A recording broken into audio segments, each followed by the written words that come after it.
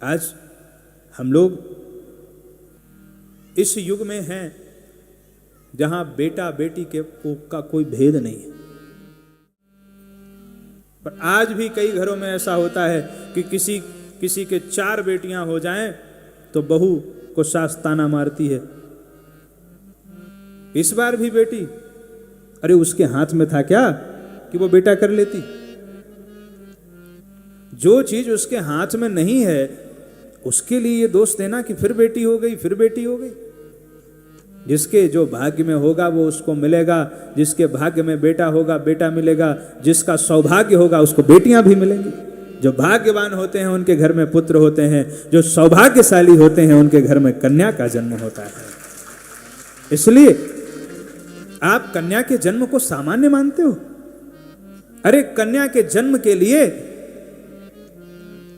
दक्ष को न जाने कितने वर्ष तप करना पड़ा, तब जाकर के मां पार्वती उनकी पुत्री बन करके आई।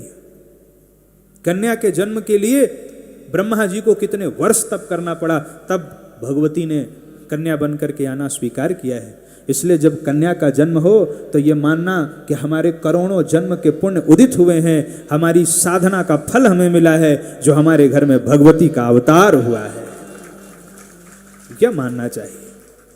भाग्यशाली लोगों के घर में कन्या का जन्म होता है।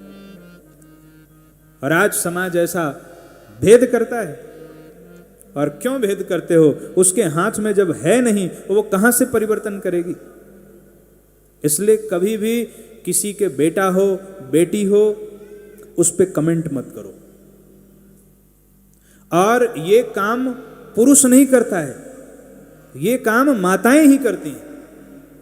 कष्ट की बात तो ये है, यदि ससुर अपने बहू को कभी नहीं ताना मारेगा कि तुझे फिर से बेटी हो गई, तो सास ताना मारती है कि तुझे फिर से बेटी हो गई।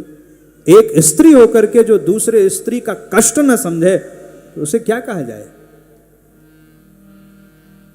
आपका उद्धार बेटा बेटी से नहीं होगा महाराज, आपका उद्धार आपके कर्मों से होगा। अगर कर्म अच्छा है तो उद्धार होगा, और कर्म अच्छा नहीं है तो 1000 नहीं लाख बेटे भी हो जाएं तो आप भवसागर को पार नहीं कर सकते हो। आपका सत्कर्म ही आपको भवसागर के पार ले जाएगा। इसलिए अपने कर्मों को सुंदर बनाइए, आचरण अच्छा कीजिए। गीता में भगवान क्या कह रहे हैं? उद्धरेदात्मनात्मानम। जो ज्ञानी होता है वह स्वयं अपना उद्धार कर लेता है। देखिए कौन कह रहा है? भगवान कह रहे हैं। क्या कह रहे हैं? जो ज्ञानी होता है वो स्वयं तर जाता है, और जो भक्त होता है, तो भगवान आगे कह रहे हैं कि जो भक्त होता है उसका उद्धार मैं स्वयं कर देता हूं। तो न ज्ञानी को आवश्यकता है न भक्त को आवश्यकता है। तेसाम अहम समुद्धरता मृत्यु संसार सागरात। भगवान कह रहे हैं भक्त का उद्धार मैं करता हूं।